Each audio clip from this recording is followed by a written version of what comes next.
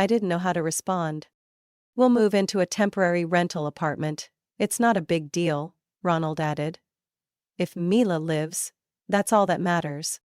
I sank into the chair, hands on my head. Why? Why would you do that? I don't deserve this. I'm just your daughter-in-law, not. Diane cut me off, this time with a look that only a true mother could give. You are our flesh and blood. Mila is our granddaughter. Camila, your biological parents may not see that, but we do. And we don't need a birth certificate to prove it. For the first time since this nightmare began, I cried, not from despair, but from overwhelming emotion. 3 days later, we held a $40,000 bank check from the house sale advance in our hands. At exactly 6 a.m., I delivered the full $113,000 to the hospital. Mila was wheeled into the operating room at 7:30 a.m., and I collapsed into a chair, trembling as if I had traded my entire soul to save a little angel. All we could do now was wait. The surgery lasted nearly 4 hours.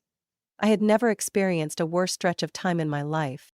I sat frozen in the hallway, my eyes dry from having cried everything out earlier. Jordan paced in circles, as if stopping would make his heart stop too. Diane quietly ran her prayer beads through her fingers, and Ronald just sat there, hands clasped tightly, his steady gaze betraying deep worry. When the doors of the operating room finally swung open and the doctor stepped out, the four of us jumped to our feet at once. The surgery was more successful than we expected, he said gently. We removed the entire abnormal mass. Mila's airway is no longer compressed. She still needs post-op monitoring, but overall, she's expected to recover well.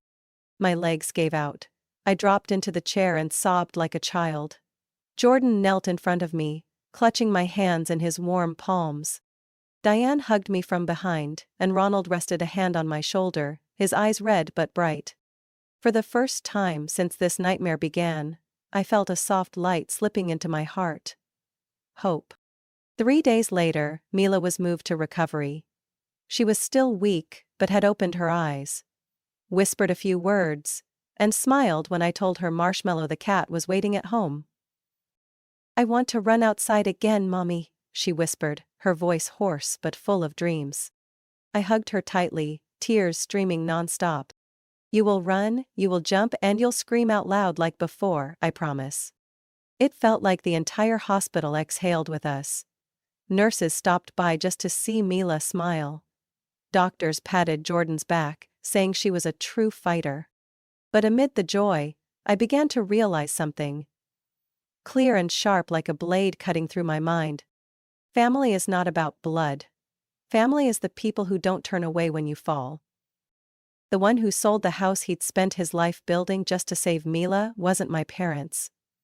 It was Ronald, the father-in-law who never called me daughter, but always acted as if I were his own. The one who picked me up when I collapsed, who wiped away my tears when I couldn't breathe from the pain, wasn't my biological mother. It was Diane. The woman who once carefully slid an extra pillow behind my back when I was pregnant, because, you don't look comfortable sitting like that. I'll never forget the sight of them dozing off in the hospital hallway, heads leaning against each other, still in yesterday's clothes because they didn't want to leave and get changed. Family isn't the ones who send you greeting cards and disappear. Family is the ones who hold your hand even when it's covered in blood and tears. The day Mila was discharged, I pushed her little wheelchair out of the hospital gate. The sunlight was bright and strangely warm. Mila looked up at me and beamed. I want Grandma Diane's pancakes. We all burst into laughter. Jordan bent down and kissed her forehead, while Diane stroked her hair, her eyes glistening. I'll make you a double batch this time. I paused then, looked around at everyone. I spoke, not loudly, but firmly. Thank you, Mom and Dad. We wouldn't have made it here without you. Ronald looked at me, patted Jordan's back, and nodded. We're family, Camilla. A daughter is a daughter. A granddaughter is a granddaughter. No need to say more. We returned to Mom and Dad's temporary rental. A small house, just 2 bedrooms, plain white walls, but warmer than any mansion I'd ever stepped foot in. That night, after I tucked Mila in, I sat at the edge of her bed, holding her tiny hand that had been through so much pain. I thought about the South Park mansion, the crystal lights, the wine swirling in my mother's glass. And I didn't feel hurt anymore. Only empty. I had lost something huge, my belief in blood ties. But in return, I found people truly worthy of being called family. I looked at sleeping Mila, then at Jordan reading by the window. A fire rose in my chest. No longer anger, but determination. I would start over, not for revenge, but because I owed my real family a life better than any coldness the world had ever thrown at us. Once Mila had fully recovered, I didn't allow myself to relax. Not for a second. I woke up every morning at 4:45, drank a cold cup of coffee in silence, then started a workday that lasted until midnight. Jordan told me to rest, but I couldn't. I owed my daughter a future. I owed my in-laws a home. I owed those who reached out when the world turned away. I couldn't just go on like before. I had to rise, expand, stand, where no one could look down on me again. Harris & Co. Interiors was once just a tiny office squeezed between old buildings in South End. After Mila was discharged, I moved the entire headquarters to a newly rented office building near downtown Charlotte. Expensive rent? Yes. But I saw it as an investment. And I didn't plan to lose. I accepted every project, from redesigning a small cafe to an entire floor of a law firm. I visited each site myself, took measurements, revised every blueprint, even met clients on weekends. I turned down no opportunity. I took night classes in business management, joined investment courses, and read every piece of material I could find on scaling up. 1 year later, Harris & Co. had 18 employees. 2 years later, we landed a contract to design interiors for a mid-range hotel chain, a $1,300,000 deal.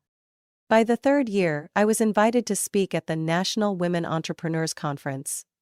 A photo of me holding Mila, now 5, on stage went viral on social media with the caption, "You don't need to be born with a crown, you just have to never stay on your knees." 3 months later, I made Charlotte's Top 40 Under 40 Entrepreneurs list. My first feature appeared on a magazine cover. Camilla Harris, from simple mom to design millionaire. But it wasn't the titles or the money that made me happiest.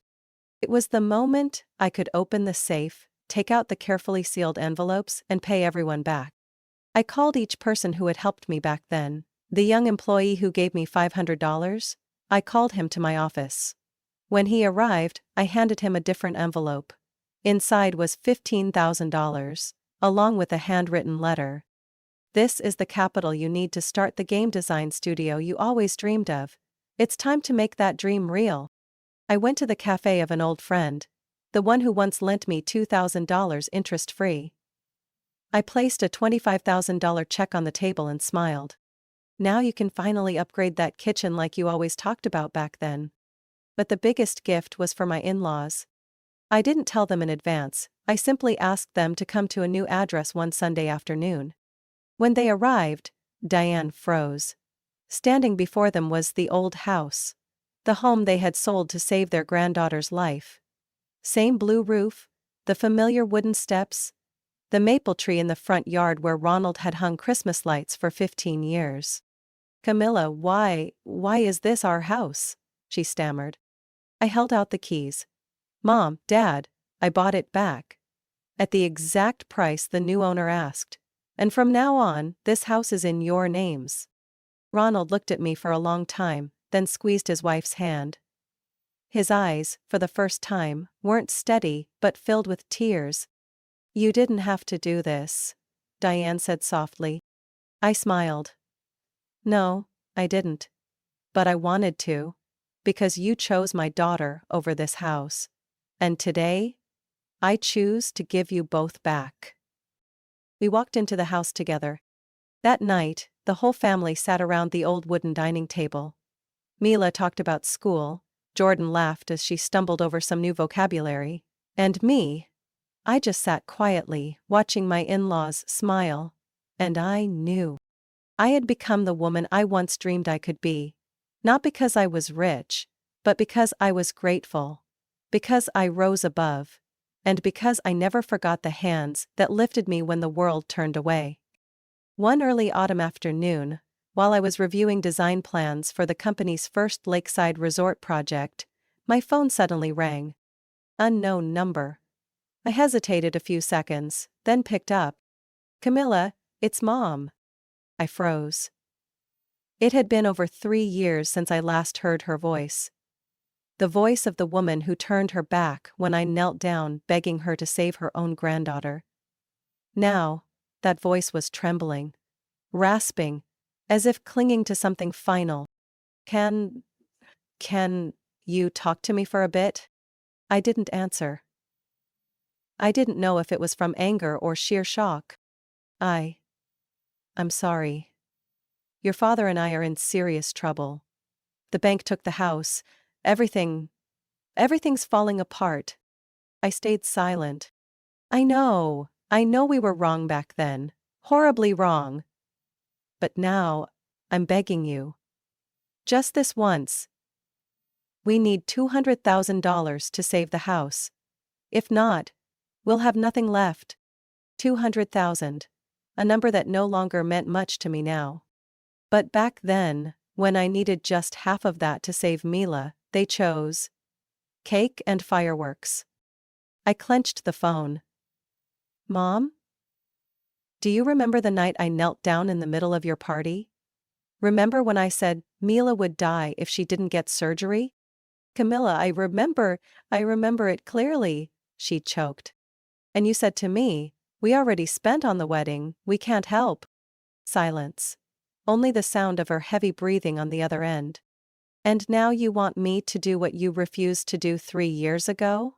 I said slowly, each word heavy in my throat. You're all I have left. Please, Camilla. I hung up.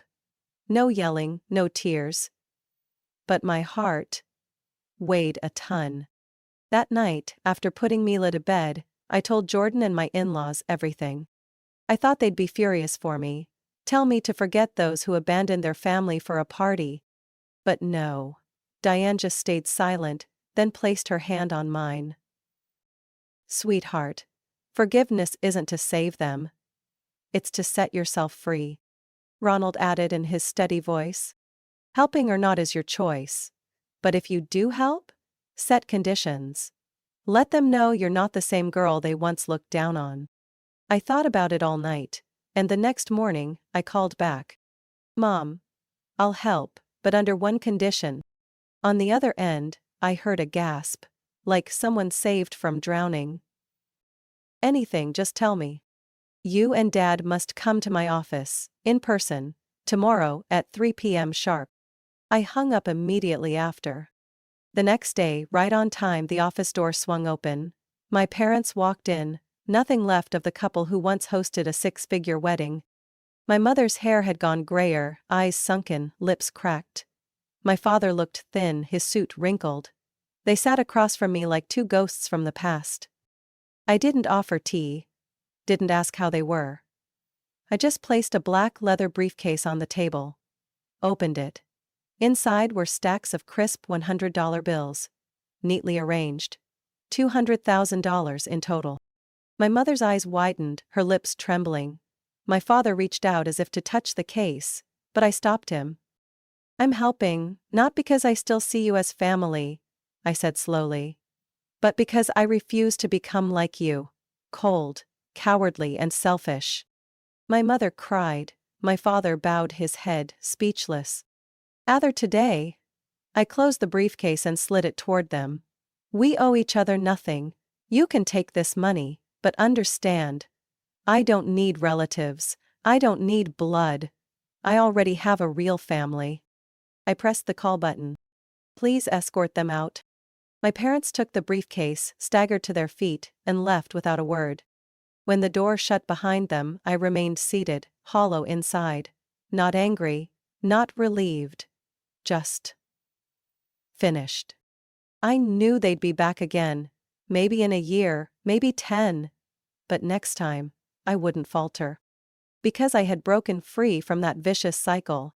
As the door closed behind them, I stayed still in the leather chair, back straight, eyes fixed on the flickering light reflecting off the briefcase on the empty table. $200,000. A sum I once couldn't even dream of reaching. A number that once brought me to my knees. Now, I handed it over as a price, not to buy back kindness, but to end, once and for all, the toxic bond between me and the people who called themselves my parents. I pressed the button to call my assistant and signaled her to clear the table.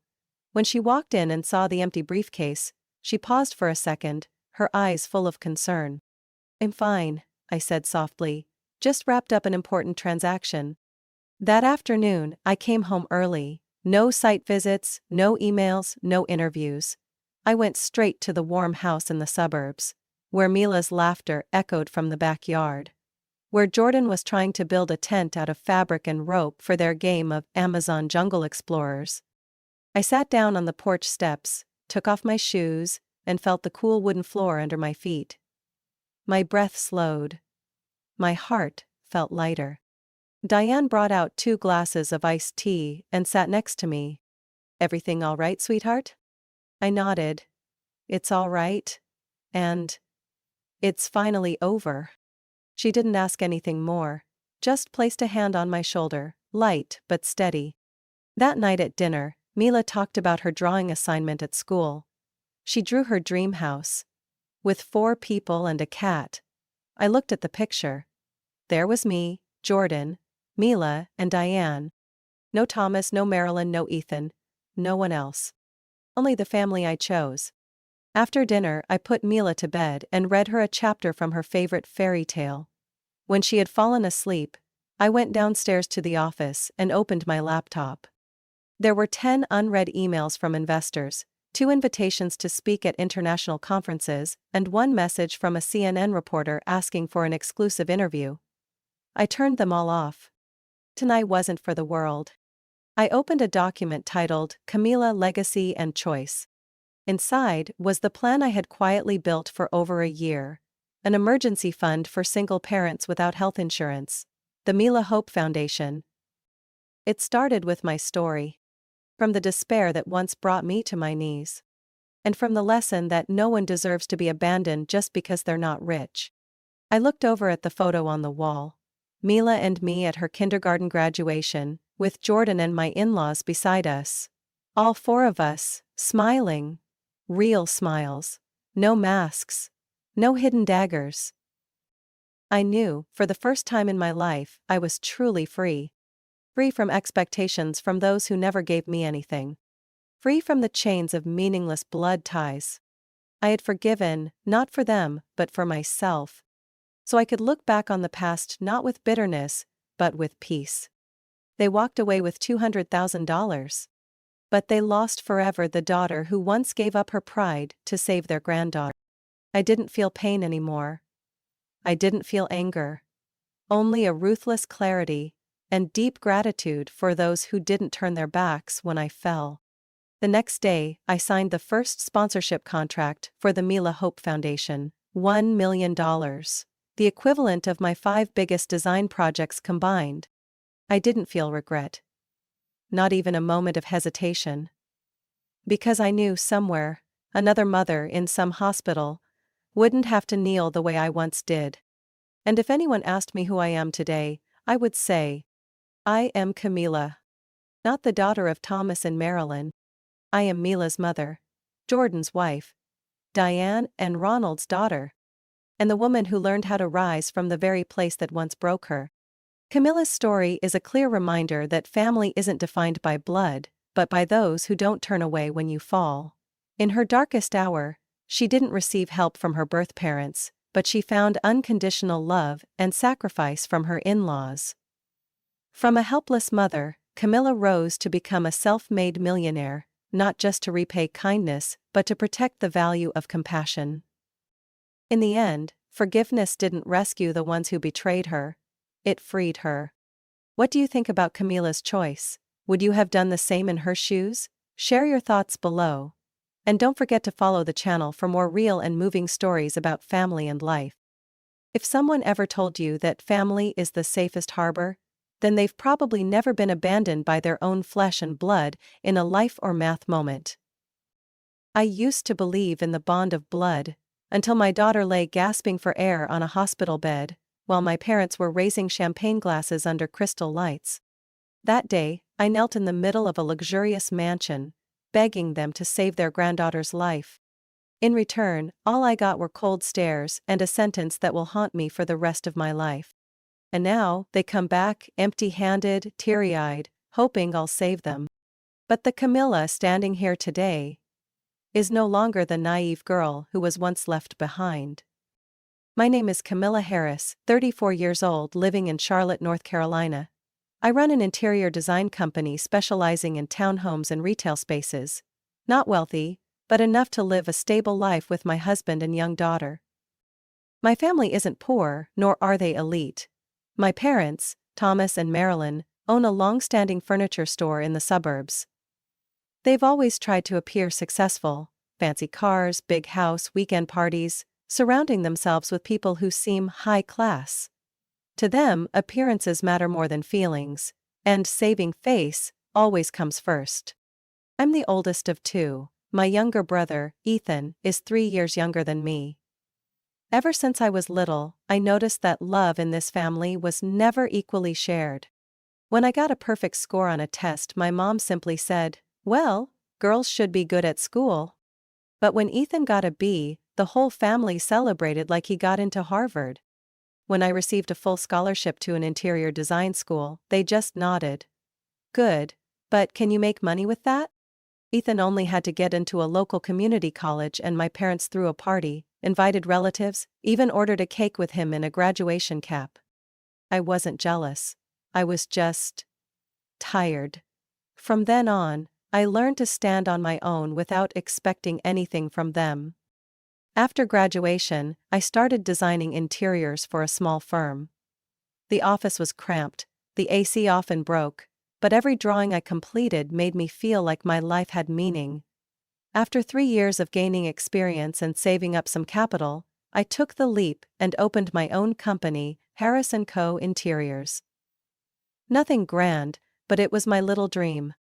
While surveying the interior of an old bookstore, I met Jordan, a man with gentle eyes and a smile that froze me for a few seconds. He was the shop owner and loved horror novels. I preferred romance.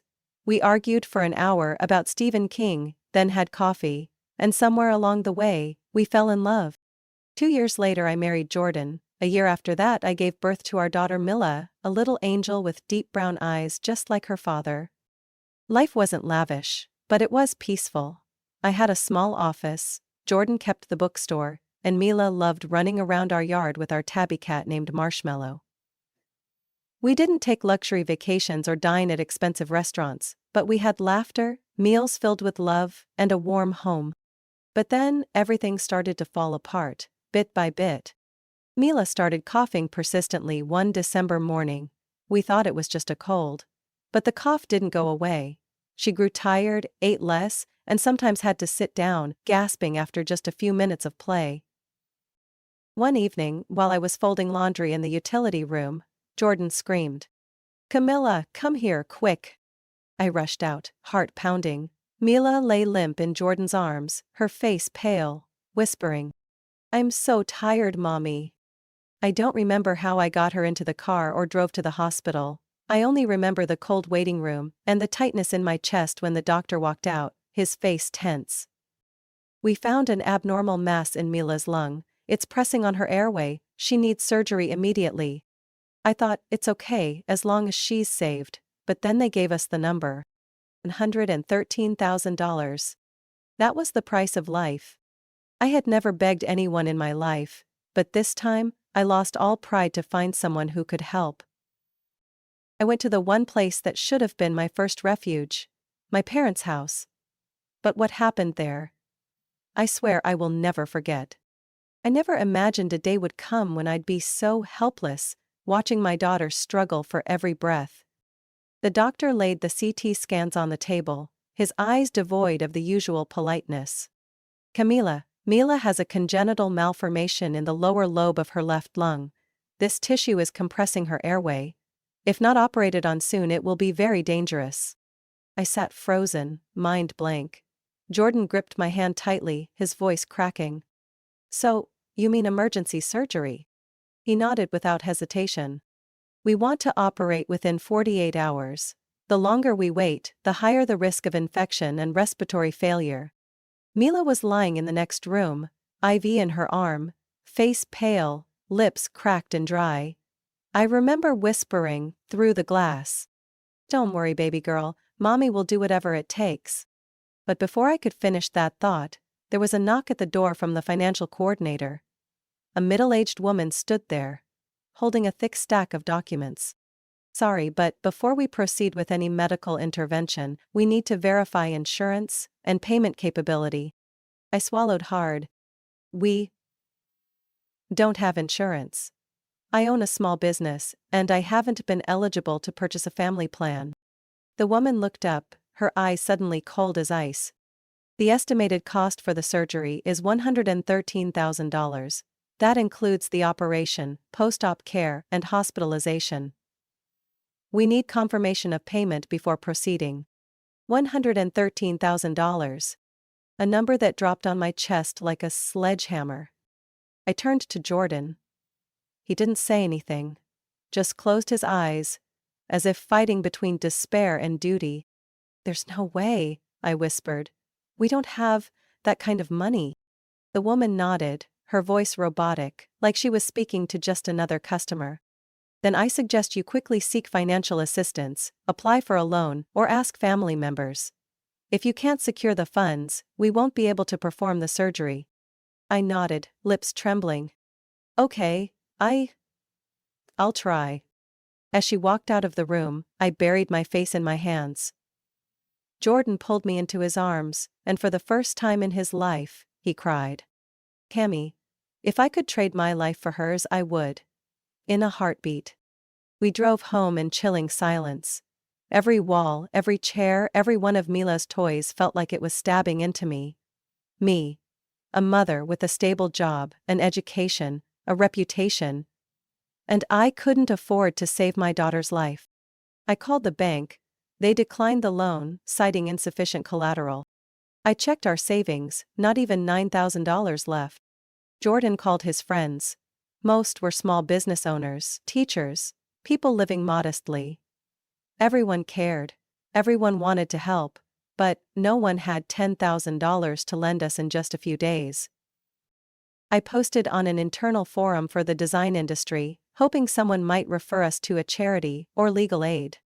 Nothing. Just a few meaningless words of sympathy, and 3 spam comments advertising health insurance. Early the next morning, I sat quietly in Mila's room. She had fallen asleep from exhaustion. Her breathing was still heavy, like it dragged her tiny body with it.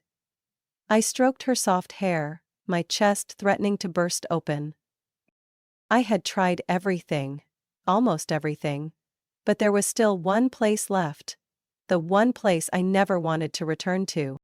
The place once called home. But now, there was no room for pride, no space for dignity. If I had to kneel, I would kneel. If I had to cry, I would cry. I picked up the phone and dialed my mother's number. She didn't answer. I called 3 more times. Finally, a woman's voice came on the line. "Hello, Camila? It's me, I need to see Mom and Dad, it's urgent." My mother's voice sounded a little flustered. Now's not a good time, we're busy getting things ready for Ethan's wedding." I clenched the phone tighter. "Please, Mom. Mila is in critical condition." There was hesitation on the other end. "All right, come early then. Don't disturb the guests." I hung up. I couldn't think anymore. I only knew, if they were still human, they wouldn't turn their backs on their own granddaughter. But I was wrong. So wrong it was beyond imagination. I arrived at my parents' house at 6 p.m., just as the sun was setting behind the quiet row of mansions in South Park, one of the most affluent areas in Charlotte. Their house was glowing, music blaring from outdoor speakers. Strings of golden lights hung overhead, reflecting off a crystal-clear pool like a wedding magazine cover. I stopped the car, my heart heavy as stone. I had hoped, just a little, that when they heard Mila was on the edge between life and death, they would look at me like parents, not party hosts. I walked in, brushing past the flowing dresses and suits of guests like cold waves. They laughed, clinked champagne glasses, talked about the three-tier wedding cake, the Vera Wang gown, and the honeymoon in the Maldives. My mother, Marilyn, stood in the middle of the living room, holding a glass of red wine, a pearl necklace around her neck. She saw me but only raised an eyebrow slightly. "Camilla, you came unannounced. We're right in the middle of the party." I didn't respond, trying to stay calm. "Mom, I just need a few minutes." She sighed and turned to my father, Thomas, who was chatting with a group of businessmen. He frowned when he saw me, clearly annoyed. What could possibly not wait until after the party? I clutched my purse tighter, heart pounding. "It's Mila, she needs emergency surgery. The doctor said, if they don't operate soon, she won't make it." They looked at me. No blinking, no "oh my god," no "where is Mila," no sign of panic at all. I kept going, my voice shaking. "The surgery costs $113,000. I sold my car, begged everyone I could, but I'm still short almost $70,000. I know you've spent a lot on Ethan's wedding, but please, help me." Silence. Only the jazz band playing in the corner of the yard. Then my mother set her glass down on the glass table. "Camilla, you know we've already spent over $280,000 on this wedding. Flights for relatives, restaurant deposits, the wedding dress, photography team, flowers, catering. We can't just cancel everything because the kid is sick." It felt like being slapped across the face. "Because the kid is sick?" I choked out. "You're talking about your granddaughter, my daughter. A 3-year-old hooked up to an oxygen machine in the hospital." My father finally spoke, his voice like a blade. "Don't raise your voice here. This is our home. This is a wedding, not a place for you to cause a scene. Your problems are your own. You've been independent all these years, and now you come crawling back?" I could barely stand. My knees hit the hardwood floor, my trembling hands clasped together. "I'm begging you. I've never asked for anything in my life, but this time, I'm asking. Please, save Mila." Ethan walked in from the yard, wearing a cream-colored suit, holding a wineglass, looking irritated. "Camilla, you're ruining my wedding. If you don't get up and leave, I'll call security." I looked up at my brother, the one I used to protect from bullies at school, the one I gave up a scholarship for so he could go to college. Now he looked at me like I was a crazy beggar in the middle of his luxury wedding. I turned to my mother, tears streaming down my face faster than I could wipe them. "I'm only asking for part of it. Anything you can give. Just enough so Mila can have the surgery. I'll pay it back. Every single cent." My father crossed his arms. "No. There's no money. We spent it all on Ethan. A wedding is once in a lifetime. Mila can wait. Or you figure it out yourself." I slowly stood up, feeling like my blood had turned to ice. No one in that room, the people who called themselves my family, cared whether Mila lived or died. I looked at them one by one. My father, my mother, my brother. Then let out a laugh. Not a joyful laugh. A bitter, strange laugh. Thank you for showing me today who's really family, and who's just a stranger with shared blood." I turned and walked away. The night wind blew hard, my heels hitting the stone walkway with a freezing thud. Behind me, the party carried on. They went back to wine and hollow laughter. I got into the car, shut the door, and leaned my head against the steering wheel. For the first time in my life, I had begged. And been trampled. But I knew I wouldn't break here. Mila was still waiting for me. And I, this failing mother, would find a way. Even if I had to burn the whole world down, I would save her life. I got back to the hospital close to midnight, drenched in rain. Jordan rushed out from the waiting room, his face pale. "Camilla, where did you go? Were you able to talk to them?" I didn't answer. I just walked quietly into the room, over to Mila's bed. She was still in a deep sleep, a small oxygen mask pressed against her pale little face. I bent down, kissed her forehead and whispered without sound. I'm sorry, baby, I went to the worst place to seek salvation. Jordan stood behind me, his hand gripping my shoulder. He didn't need to hear the words. He saw it in my eyes. They said no, didn't they? I nodded, fighting back tears. A soft sob came from the doorway. It was my mother-in-law, Diane, standing with tears in her eyes. Beside her was Ronald, my father-in-law. A quiet man who had never once refused me anything I needed. Oh my God, she still hasn't had the surgery, Diane choked out. I lowered my head. The hospital needs the full $113,000. We've scraped together about $40,000. We're still short a lot. Ronald stepped forward and placed a hand on Jordan's shoulder. Son? Don't worry. We'll find a way. Together. And that was when the real journey to save Mila began. With blood, with tears, and with sacrifices I never thought I'd have to make. I sold my SUV, the one I bought after the first 3 years of running my company, for $22,000. Jordan sold his entire collection of rare books from his shop, books he had treasured like gold, and got another $8,000. We drained our savings. Not much, just over $10,000. I knocked on the doors of old friends, former co-workers, college classmates, even people I once helped but had lost touch with. Some gave $500, some gave $200, some could only offer their prayers. But I knew every dollar carried a piece of their hearts. One new employee who had only been with my company for 6 months quietly handed me an envelope. Miss Camilla, this is my entire month's salary. I don't have much, but Mila needs it more than I do. I hugged him, tears falling with no words to say. After 3 days of exhausting every option, we had about $73,000. Still short $40,000. That number felt like a bottomless pit. The more we climbed, the further it seemed. The doctor informed us that Mila could only wait another 36 hours. After that, her lungs would start to become infected, and the risk of permanent respiratory failure would be very high. That evening we held a small family meeting in the hospital waiting room.